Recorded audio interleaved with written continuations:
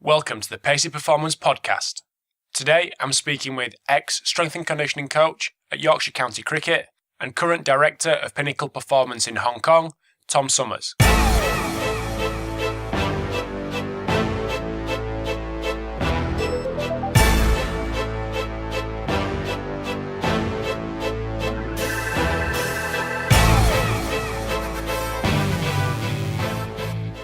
Hi guys, thanks for tuning to the Pacey Performance podcast. Today I've got Tom Summers on the line.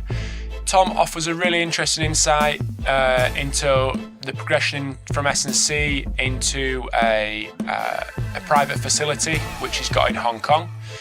Tom talks about the kind of business side of things, his competition with CrossFit. He also gives us his views on CrossFit as a whole.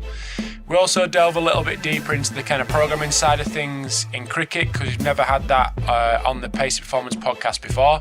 We also discuss his work with Hong Kong baseball and a lot of the athletes over there that he's currently working with in his facility. But before we get on to the episode, I'd just like to remind you to follow me on Twitter at PaceyPerform, and you can keep up with all that's going on in the podcast on there. You can also jump over to paceyperformance.co.uk, and all past episodes are on there as well. If you are an iTunes listener, you can subscribe to on iTunes and get all the episodes as they become live. If you've got Android, you can jump over to a Podomatic app, so you can download that, search for the Pacey Performance podcast, and you can listen on the go just like those on iTunes. If you want to leave us some feedback, that'd be massively appreciated, and share the love on social media. And if you are especially generous, you can leave us a rating and a review on iTunes. But without me going anymore, here is the chat with Tom Summers. Okay, hi guys, welcome to the Pacey Performance podcast. Today we've got a guest coming from Hong Kong in Tom Summers. Got to know Tom a couple of years back. He was one of the first people that I reached out to go and have a look at what they were doing down at Yorkshire Cricket. So, as a little introduction, welcome, Tom. Thank you. Do you want to give us a little bit of an intro on your education, your background, and what you're currently doing? Absolutely, yeah. So, undergrad many years ago up in Northumbria. Then did a bit of kind of work experience as part of the course with a few clubs up there, and a bit of work with the Institute, which kind of started my interest in strength and conditioning and kind of figuring out the world for that. Then I moved and looked into going to a master's, which actually tied in with an opportunity to then go and work underneath Dean Riddle at Yorkshire Cricket Club. So I went down as what was then an assistant role to support the first team on the travels and kind of help him in his umbrella position, and then completed a master's alongside that position as an assistant over the first couple of years. And then as he went back into football and roles and the club changed and the position grew, I moved into senior or lead S&C coach there, which I was in position for about 6 years until just over a year ago. Cool. So what are you doing now? So we got to a stage about 18 months ago, and I did a bit of work. I was lucky enough to get asked to head out and help Zimbabwe, help the national team out there prepare for a tour of India with one of their with the national squad. So spent a bit of time in Africa, spent a bit of time out in America as well, and got a bit hungry for something of a change. And then just sitting having a meal with the wife and getting chatting, and she was the same because she's a lawyer, and an opportunity came up for her in Hong Kong, within the same company, promotion along with international experience. So she took that, we jumped at it, and I just kind of thought, well, I'll try my best to land on my feet and meet the right people, and if anything else, just talk the talk and see what happens. So we arrived in Hong Kong October last year. Been here just over 12 months now. Nice. So you set up the gym with another guy. Just talk us through a little bit about the gym itself and the kind of the business itself. Yeah. So when I got to Hong Kong, I started making a few inquiries. Strength conditioning, professional sport is a different concept out here, really. There's the rugby and the national squad are well looked after and well catered for, but other than that, the football clubs and the basketball and baseball, all really high performing squads up to the national level, but they haven't got anything of an individual athletic kind of preparation facility. Lots of CrossFits, lots of kind of Globo gyms, members gyms, and I just got into conversation with a guy who hasn't got any background in sport or strength and conditioning other than an amateur player himself. But we just kind of started spitballing and decided to create a place that not only enabled members to have a better and a more individual access to what we term strength and conditioning, but all the different types of resistance training or conditioning work.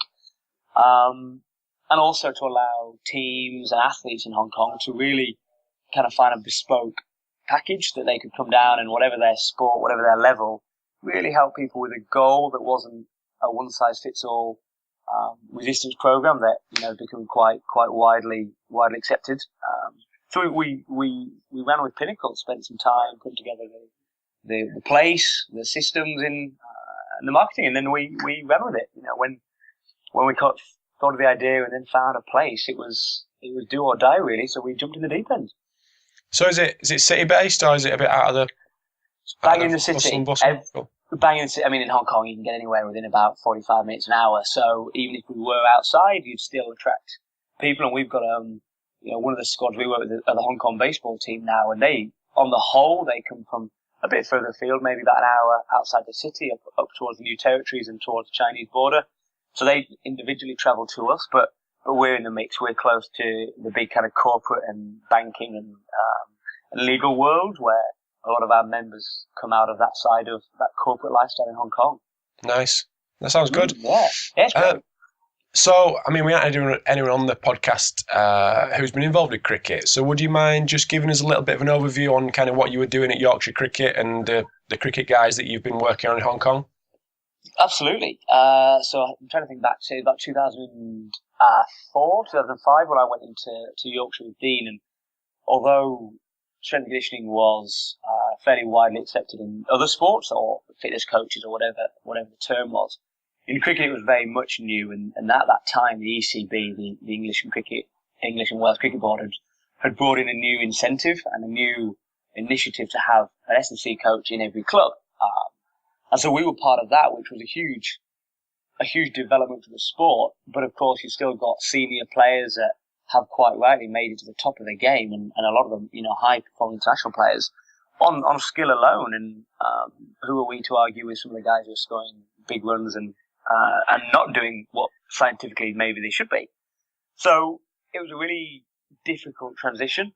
My first main role, and you're dealing with guys who are stubborn and highly skilled and highly vocal.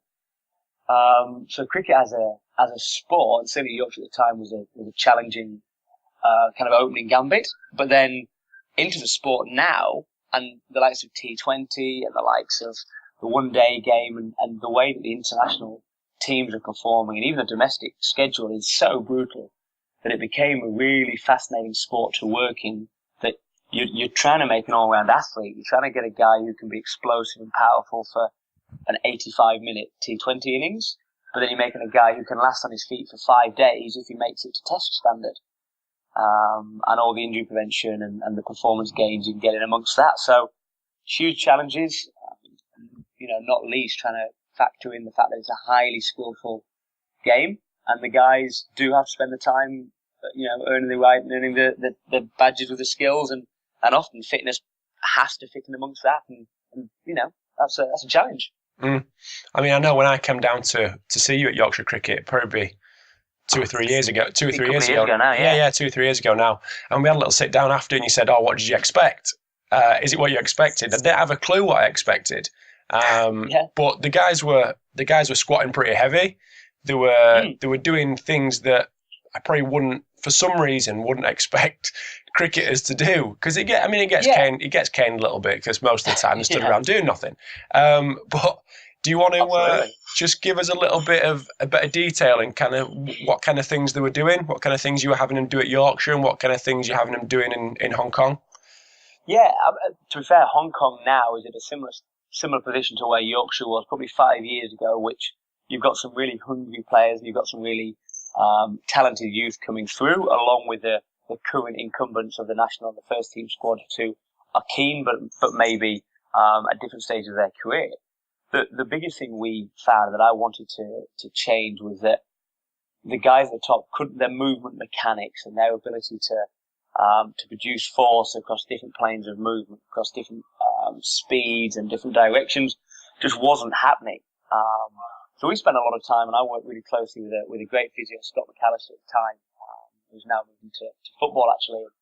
We both kind of analysed what was and wasn't going on, and ultimately the guys weren't moving through full range of movement. They weren't controlling their bodies well enough, which was just inhibiting their kind of success in a really complex sport. Whether it's bowling or batting, whatever it is, it's asymmetrical.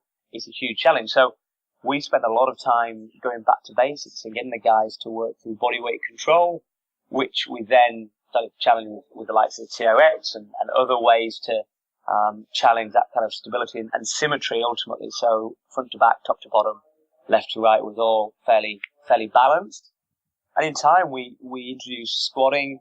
The mechanics were always there. We were keen to get the youngsters doing the right things, as a lot of people do the foundational work, get them working with light bars and get them moving through full range first. And then by the time you came in, and we really built a department that we were proud of, where the guys weren't afraid to be squatting, and some of the guys who were up to some clean work and some overhead, push press or split jerk work, and really trying to get that in season kind of high rate of force development and really explode, so that when they're on the field, they could take that into their roles.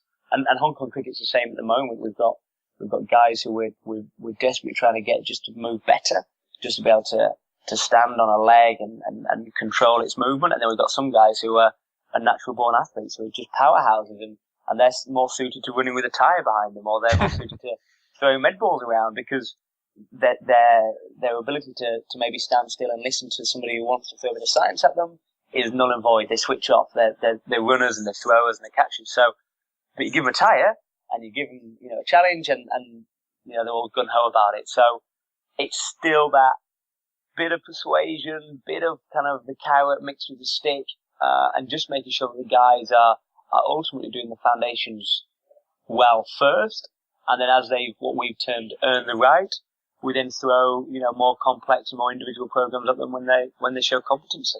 No, that sounds really good. Just want to get onto your current role a little bit more. You mentioned obviously competing with CrossFit quite a bit in Hong Kong. For some reason, we're 17, 18, 19 episodes in, and I've not spoke to anyone about CrossFit. So I'd just like to get your opinion. Don't make me be the first. I'd just like to get your opinion, because you're obviously competing against them essentially for business. Just get your thoughts on kind of what CrossFit's done for S&C and your views on CrossFit full stop. Yeah, I mean, I'll keep my views to more of a Hong Kong base. I would imagine it's similar around Europe and the States. What we found in Hong Kong, I mean, there's a huge number. There's 10 or 12 boxes or CrossFit facilities, which for the number of people kind of in gyms is a really high volume in a small area. The success of it is that it's brought people into resistance training for the general population, which I think is fantastic. And when you look back at maybe where the fitness industry was 8 years ago, 10 years ago, when Zumba and Boxercise and those kind of Keep Fit and the Viber bars, all valid, in their place. But I love that CrossFit has brought barbell work and resistance training, especially to females, and say to the general public who otherwise might have been stuck on a treadmill or just kind of doing a few bicep curls. That's a real strength of it, and we have probably opened up our facility based on the back of what CrossFit has opened the eyes to people, that squatting actually is a great way to get fit for anybody if you do it appropriate to you. My reservation and my frustration, certainly with CrossFit in the area where we are at the moment, geographically, is that the kind of qualification and entry to be a coach isn't strong enough. You can do a 2-day course out here, open up your own gym, and all of a sudden you're functioning as a coach on the back of 2 days, which in other industries wouldn't exist. You wouldn't go to an accountant with a weekend course, and I think that's a really dangerous position it's in. But I know they're making changes, and I think they have already, about the length of kind of education into being a coach. And ultimately, I think their prescription of exercises, when it's done well, is fantastic, and the results are, you can't compete with them. That for about 30% of the population, the guys who are sensible and the guys who know what they can do and are responsive to that kind of training, fantastic. But as soon as you put that kind of complexity of lift and you put the pressure of time and you put the competition element in, you're going to find a shortcut. Of course you are. We do it ourselves as humans every day. You try to find the quickest route, and you can't find a quick route to doing 45 snatches against the clock. It doesn't exist.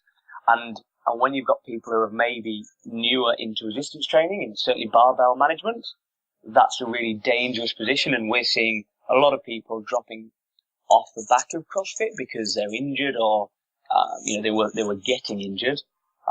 Or guys who are going in and seeing this, I'm not going to call it a cult, I don't think it is, I think it's a craze, and I think it's a really good craze. But it's also intimidating because it's a one-size-fits-all to some degree, and you've got to be at a certain standard to really get the maximum out of it. And if you're not, then you're almost dropping off the wayside. And I think that's where CrossFit, the strengths and weaknesses lies, if you can say that. Mm. So how are you getting the general public to buy into your way of doing things, excuse me, rather than the kind of traditional maybe bodybuilder style or even CrossFit itself? Yes, I mean, the biggest thing that we found, certainly, Pinnacle probably wouldn't exist in many of the countries. What Hong Kong has got is really highly driven, probably a little bit more free income as well, but people who work hard and play hard, and they set themselves goals. We've got, a lot of guys who do triathlon, a lot of guys who rugby and girls netball, and people play sport from a percentage standard much more than they do in the UK. Everyone's involved in something, which gives everyone an instant goal and a reason to train. So when we found our niche in the market, it was very much, well, if you're training in a CrossFit or you're going to a local gym and you're doing the same as everybody else, you'll get the same results. Now, you play rugby, she plays netball, you're a triathlete. You've got to have to look at something of an individualization. Now, understandably, we're not a personal training gym. You don't come in and get one-on-one all the time. But we've opened up specific sessions which are based on a lot of research, a lot of kind of roundtable discussions with a lot of guys in the UK, actually. I was honest enough and spent a lot of time either in the UK, flying back, or over the phone, speaking to guys who I respect in their positions and saying, look, if you were to start to bring strength conditioning to the masses, what would it look like? How many times a week would you do it? How would you name it? Would you do split sessions? Would you do upper body sessions, etc.? And then we kind of worked out our way of getting the general public to understand the purpose behind maybe a power session each week, a strength session each week, and then more of a symmetry, more of a body weight session. We then tiered the programs, so you're not coming in as a beginner and being pitched against a guy who's got 10 years experience and is maybe playing high level basketball or high level rugby. And similarly, that rugby player isn't then working against, maybe a more timid or new to the gym female who just wants to, lose a bit of weight and tone up a bit. So you very quickly find your pockets of the population who enjoy working together. And what's really great about this facility is that we've got the likes of the Hong Kong cricket team and the baseball team and some sports teams who train in amongst our general public. So in come the girls and the guys who are just wanting to get fit, but there's no more motivating a place to do it than guys who are really working with a purpose. It sucks you in. It's an infectious place to train when you're in the right times. So you mentioned the baseball. Again, there's a lot of firsts going on in this chat, but talk about your kind of programming for the baseball guys. Baseball's one of the moments that we're really trying to delve into. We're barely scraping the surface. It was the first team I started to work with. I made contact within a few weeks of getting out here and got invited to go and meet the head coach and just did a few warm-ups. Well, same as we all do. You land on the doorstep of the club and they go, oh yeah, you lead the warm-up, you do this, and you're trying to get the players to buy in and enjoy it. Big language barrier with the baseball. They are, predominantly Cantonese speaking, so that's a great challenge. It's great fun, but it also means that when it comes to putting anything periodized in place and maybe a bit more scientific, we've got to take a bit of a careful step, and if anything, we've got to hold back. So at the moment, we're doing a lot of work on just teaching them the foundational lift. So we're doing a lot of split work. We're doing a lot of work on shoulder protection because these guys throw at phenomenal speed, and they're in the top 10 in Asia. I think they're 22nd in the world, so they're high level athletes, but They don't have any consideration of how to prepare before they throw, or how to, before we got involved, they weren't even recording number of throws a week, which is a really simple thing that every thrower, every runner, every cyclist should be looking at, is what volume are they doing, and how do they rate it on an intensity level. So we brought that in place, and at the moment it's very much we're sitting and individual players are coming to us and going, I've got this problem, or I want to work on this, and we're just kind of giving them the tools. We've not yet got a full program in place, and we're hoping that 2015 will be a time that we can really support them off the back of a reasonable Asian Games they've just had, but we'd really like to get even deeper in with the baseball and really try to find some new levels for them. So them guys full time, the baseball lads? Baseball aren't. Baseball, a lot of them are in education. A lot of them actually in universities around the world. So we do a bit of communication with guys who are in the States, or maybe in Taiwan, Japan, which is huge for baseball out here. So we just keep an eye on what they're doing, and ultimately, they're in good programs out there, far accelerated programs than what we're offering, because they've been doing it for years.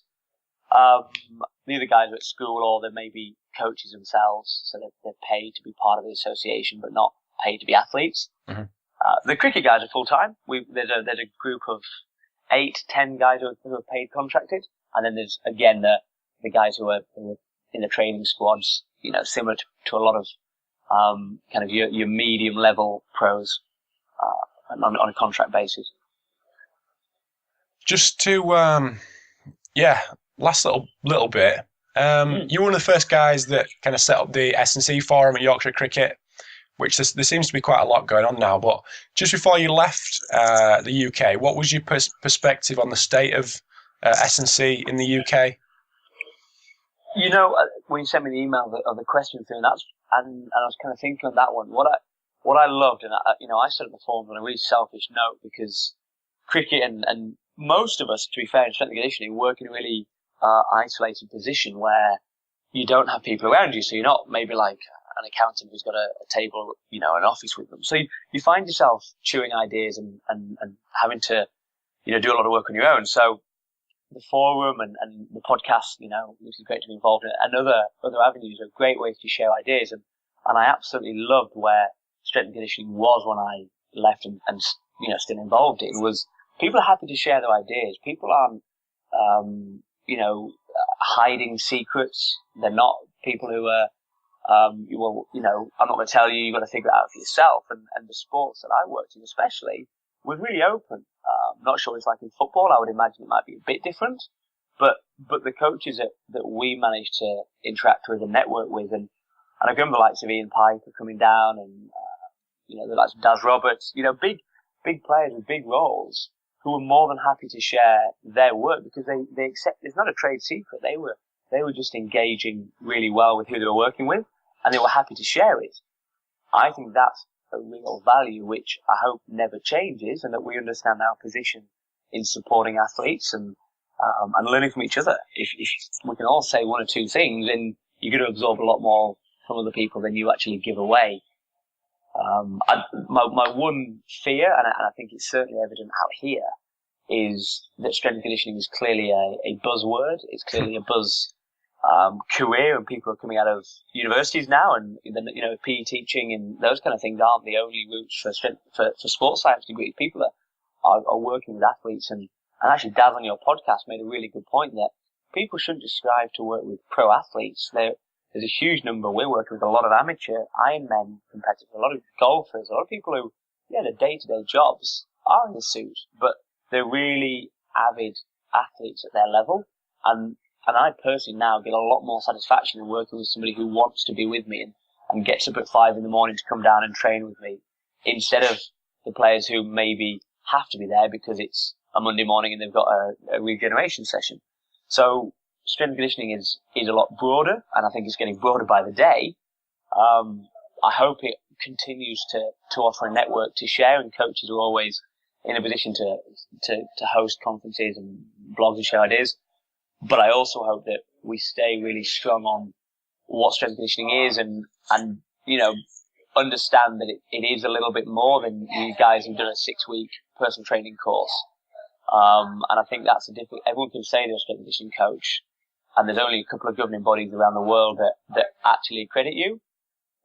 is that your term? Are you a strength and conditioning coach if you've got that badge? Are you one if you're working with an athlete? I don't know the answer, but I just think we've got to be careful that we're not just accepting strength and conditioning as the new personal training, really. Mm. No, that's really good. I mean, you obviously set up the Yorkshire S&C forum. You said for quite selfish, quite selfish basis. But is there any other little ways that you reached out to people, apart from the S&C forum, that you kind of encourage people to kind of jump on board with? The biggest thing, I was lucky, and everyone knows Dean Riddle. I was lucky enough to work alongside him and still stay in close contact with him now he's in the States. The way he managed his time was really valuable, and I think that's where podcasts now come in place. Dean would never have a car journey without speaking to somebody. Well, it's just stop you there, Tom. He actually did the podcast about episode 8 or 9, and he was on his way to work in the car. So exactly. There you go. The first trip I ever did with him, and I'm this little timid 23-year-old guy just out of university trying to forge my way. And I spent the first hour and a half in a car with him ever, listening to him talking to other people on the phone. I'm thinking, what's this guy doing? Let's talk about something. He spends his time networking. Daz Roberts, they spend their time talking to people, and it's not just a case of it's never anything more than just a casual chat, but you learn something. And I think the biggest thing you can do is, like you did, find something you're interested in, find a sport that either you've no idea about or you actually have an interest and want to get involved in.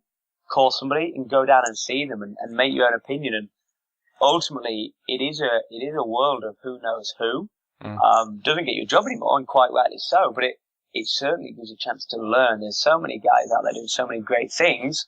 Pick up the phone, pick up the email, find them on the internet, find them on Twitter. And I think that'd be the one thing I would say is don't be afraid to actually get in touch with people who either in the jobs that you want or also just working in the sports that you think you can learn from, because if you do spend a lot of time just in your own little world and not even kind of journals, and they're great, but speak to the guys who are doing it on the front line, and you learn a lot more from watching other coaches and speaking to them than you do from reading in a book, in my opinion. Totally agree. That leads us quite nicely on to where can people keep in touch with what you've got going on? Events, projects, social media? Social media, we are on Twitter. We're at HK Pinnacle. And then the best thing is we're on pinnacleperformance.hk, which is our website. Have a look on there. It's got bios of myself and Adam, our assistant S&C coach out here.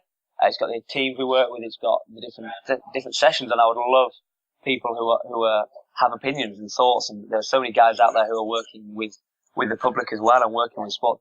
Weigh in. We're in a bit of an insular world out here. We spend a lot of time and are careful to make sure we're looping in this. Well, this is fantastic to be involved in. We listen to podcasts. You speak to guys on the phone, and we get lost in this Asian world. So anybody have a look, send us some ideas, new exercises. Please do find us and get in touch. So there's videos on there of what you're doing with the guys? We're building that. Nice. We've just started bridging a bit of work on the website. We've just launched a couple of videos just for things like yoga and some of the circuit work we're doing. But yeah, there's certainly links and plenty of photos. Facebook is massive out here, so there's loads of videos on.